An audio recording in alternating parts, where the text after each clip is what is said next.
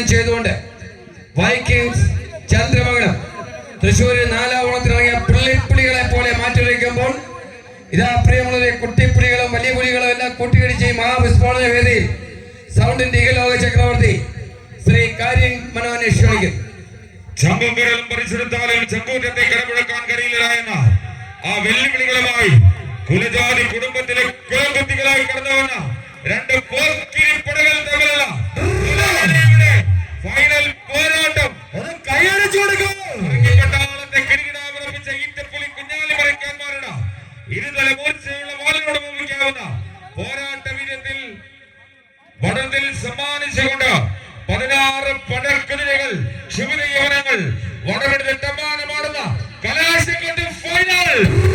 മനോഹരമായ ഫൈനൽ ഇവിടെ തുടരുകയാണ്. സജൻ മുന്നിൽ നിന്ന് പടനയിച്ചുകൊണ്ട് വിഷ്ണു നിസാറും ഇതാ മനോഹരമായി സുനിലും സജവും ഇതാ ഷബിനും ഒക്കെ മാറ്റിവെച്ചിരിക്കുന്ന വാശേരി പോരാട്ടം ഇതാ കാട്ടിൽ പുരോഗമിക്കുന്നു. ഒന്ന് കൈയടിച്ചു കൊടുക്കും.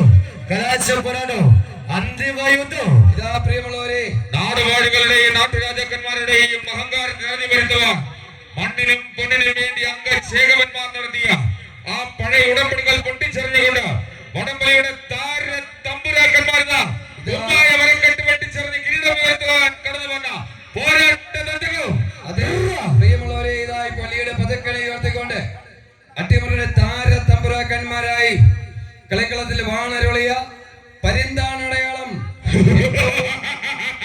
പറക്കുന്ന പക്ഷി, അത് ഏറ്റവും സൂക്ഷ്മ ദർശനമുള്ള പക്ഷിയെ ഇതാ ചെസ്റ്റിൽ ആലേഖനം ചെയ്തുകൊണ്ട് വൈക്കിങ്സ് ചന്ദ്രമംഗലം അതേ പ്രിയമുള്ളവര് അജിത് മണിയാർ എന്നൊരു പോരാളി പടയാളി പടക്കുതിര മുന്നിൽ നയിച്ചുകൊണ്ട് ഇതാ ഷിബുവും ലല്ലു സായന്തും ടോമിയും സജവും രഞ്ജിത്തും സുജിത്തും ചെമ്പടകൾ മുന്നിട്ട് നിൽക്കുന്നു.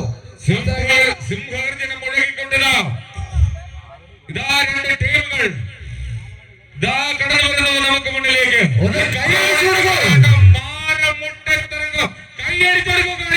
സജയ് മുന്നിൽ നയിച്ചുകൊണ്ട് വിഷ്ണു നിസാർ, സന്തോഷ്, സജൻ, സജു, സുനിൽ, ഷബിൻ, കോച്ച്